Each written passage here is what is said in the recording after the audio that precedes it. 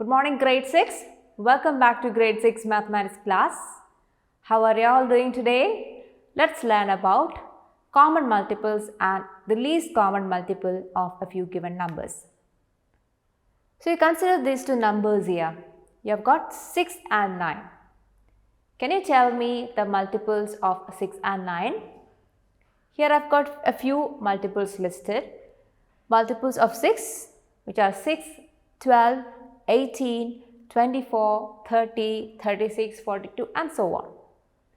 And you have got the multiples of 9, that is 9, 18, 27, 36, 45, 54 and so on. So these are a few first multiples of these numbers. Now do you see any common multiples for these two numbers here? For 6 and 9, do you see any common multiples? See the number 18. 18 is a common multiple to these numbers. Now the number 36, it is also a common multiple. Now the number of multiples for a number is infinite. So there may be more common multiples for these two numbers. Now which is the least or the lowest common multiple among these?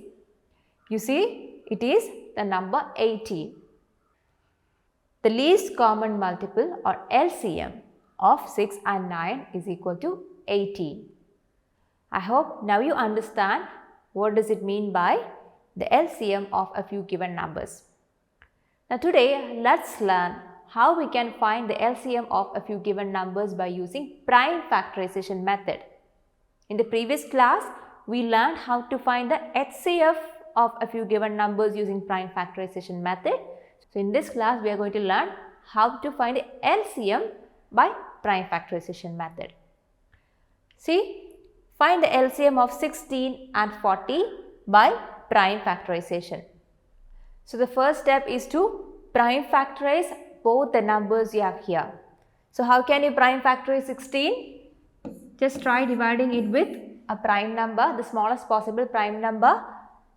You can divide it by 2 and it gives you 8. Dividing it by 2 again, it gives you 4, then 2 and you get 2 as the quotient. Now you got a prime number as the quotient.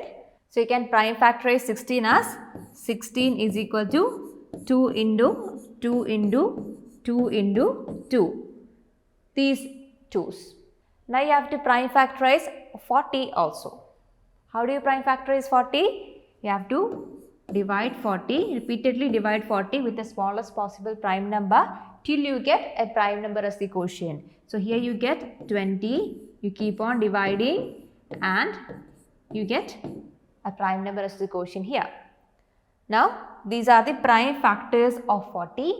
So when you prime factorize 40, what do you get? 40 is equal to 2 into 2 into 2 into 5. So you have the numbers prime factorized here. Now the next step, it is to look the maximum number of times a prime factor occurred in these numbers. That is, in 16, the prime factor 2 occurred 1, 2, 3, 4 times. But in 40, the prime factor 2 occurred only 3 times. You have to consider the maximum number of times. So let's take the maximum number of times, that is 2 into 2 into 2 into 2. 2 multiplied 4 times. Now the next factor 5. 5 occurred only 1 time in 40. So let's consider that 5 also here. So let's multiply this by that 5. Now what do you get as the product? Will be the LCM of these two numbers. So that is 2 into 2 4, 4 into 2 8, 8 into 2 16, 16 into 5 is equal to 80. So the LCM of 16 and 40 is equal to 80. That is, look for the maximum number of times a prime factor was used in the prime factorization and take that to find the product. And now here 2 occurred 4 times. So we took 2 4 times. So we multiplied 2 4 times here also, and the factor 5 occurred only once. So we took that 5 here and the final product is equal to 80, and that gives you the LCM of 16 and 40. So this is one method to find the LCM by prime factorization method. The second method you have already learned in your lower classes.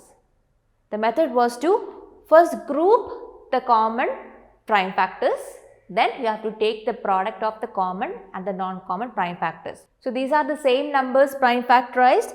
You see the factor 2, the prime factor 2 is common here. So first we have grouped the common prime factors. Now the next step is to take one from each group. Take one prime factor from each group, then take their product, that is 1, 2 from here, 1, 2 from here and 1, 2 from here. Then you have to multiply it with the non-common prime factors. Here this 2 is non-common, this 5 is non-common. So into 2, this 2, that is into 5. So what do you get here? 2 into 2, 4, 4 into 2, 8, 8 into 2, 16, into 5. Gives you the same answer, 18. So this is another method of finding the LCM using prime factorization. So you can choose any method. This method you have already learned in your lower classes, and the first method is a new one to you. So I hope now you are clear with how to find the LCM of a few given numbers using prime factorization method. Now let's do an exercise as a homework today. First you have to go through the topic least common multiple. You have to go through the subtopic finding LCM by prime factorization. Then move on to exercise 4.3 in page number 54. You have to work out the question number 1, 2 and 3 from that exercise. You may note down the answers in your notebook, and you have to check out the maths lab activity mentioned in page number 55. This activity is about LCM. That's all for today, children. I hope the concept we discussed today is clear to you. We'll meet in the next class with a new topic. Till then, bye.